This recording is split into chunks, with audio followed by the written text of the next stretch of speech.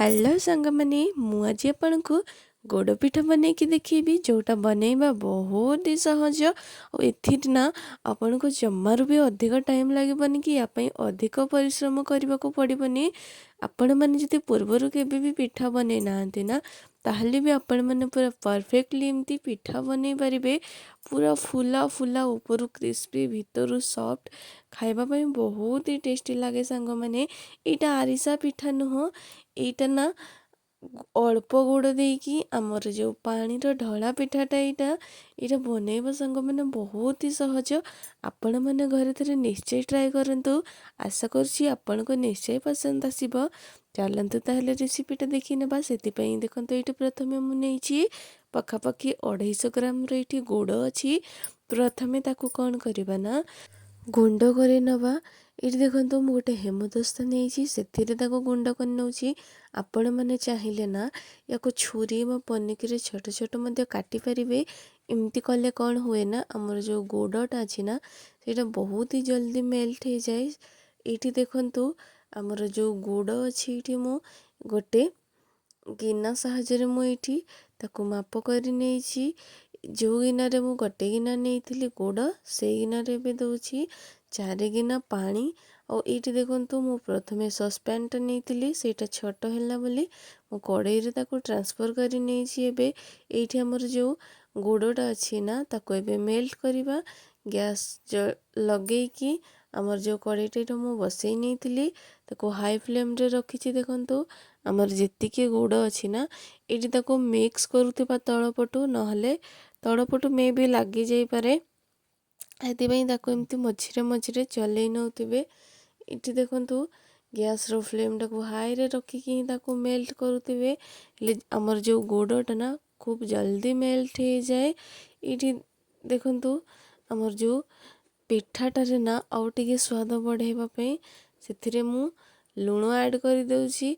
और ये आपण मैंने जो गुड़र कलरटा देखी पारुथिबे चेंज हो जाइछि माने हमर गुड़टा पूरा परफेक्टली मेल्ट हो जाइछि। एबे ताको आमे किछि समय फुटिबा पई छाड़ी देबा। तापर ये देखंतु चाउल चूना को रखिछि। चलंतु देखि नेबा हमर गुड़ पानीटा फुटिलाणी कि नहीं। ये देखंतु गुड़ पानीटा बहुत बढ़िया से भी फुटी जाइछि। एमती फुटुथिबो आउ हमर जो चाउल चूना अछि ना ता देहरे अल्प अल्प करिकी गुड़र सिरपटाको आम एमती ऐड करुथिबा। आ ताकू ना कंटिन्यू मिक्स करुथिबे नहले किछि चूना अधिक सिझी जिवो आउ किछि कंचालिया रही जिवो। सेमती हेले हमर जो पिठाटा अछि ना सेटा परफेक्टली जमा भी कुक हबनी। ए जो हमर बैटरटा भी ना टिके कुक हवा दरकार माने टिके सिझी देवा दरकार हेले जाइके आपणकर पिठाटा नरम हबो।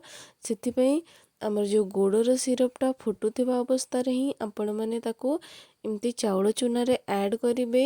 हेले कौन हबो ना आमर चाउल चूनाटा भी बढ़िया से कुक हो जिवो। तापर एठी देखंतु मु बहलिया कंसिस्टेंसी रो ही रखिथिली। तापर ताको किछि समय जो खुसुनी साहाଯ୍ୟରେ ताको फेंटी नेइथिली आउ किछि समय हातरे ताको फेंटी नेइथिली।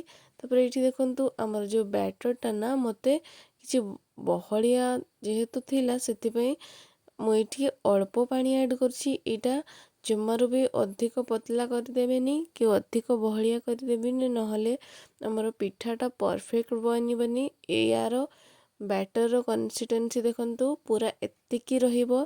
जेतेबेले आपण माने एमती चलौथिबे ना साइड रु सेटा तळको खसी जाउथले जानिबे कि आपणकर बैटरटा पूरा परफेक्ट अछि। तापर एठी देखंतु हमर कड़ाई रे मु तेल को पूरा हाई फ्लेम करिकी पूरा गरम करिकी रखिथिली। एबे सेथिरे बैटर को अल्प अल्प करिकी एठी एबे ऐड करिदेली। एका थरके अधिक बैटर ऐड करिवेनी अल्प बैटर देबे। देखिबे आपणकर पिठाटा ना पूरा बढ़िया से फुलिबो। एठी देखंतु गैस रो फ्लेम को एबे लो कि मीडियम फ्लेम करवा दरकार नहीं। आपण माने एठी पूरा हाई फ्लेम रे रखिकी हमर जो पिठाटा को फ्राई करि नेबा। पिठाटा जेते बेले ऊपर को भासी आसीबो ना सेते बेले कोन करिवे साइड रो हल्का हल्का तेल छिटा मारिबे। देखिबे आपणकर पिठाटा ना पूरा गुब्बारा परिका फुली उठिबो। जे देखंतु सांग माने पिठाटा केते बढ़िया से फुलुची। एई उपाय बनांतु देखिबे सांग माने आपण फास्ट रु लास्ट पर्यंत जेतेटा भी पिठा बनेबे ना पूरा ठीक एमती गुब्बारा परिका ही फुलिब। ये देखंतु आमर पिठाटा पूरा परफेक्ट रेडी हो जाइए। या अधिक लाल करेनि नहले ना पर या खाइबा टिके टाइट लगिबो। सेथिपई ताकू एमती हल्का हल्का कलर हैला बड़े ही ताकू बाहर कर नहीं आसीबे। ये देखंतु सांग माने आमर पिठा बनके पूरा रेडी हो गला। रेसिपीटा केमती लगिला मते कमेंट करके निश्चय जणिबे।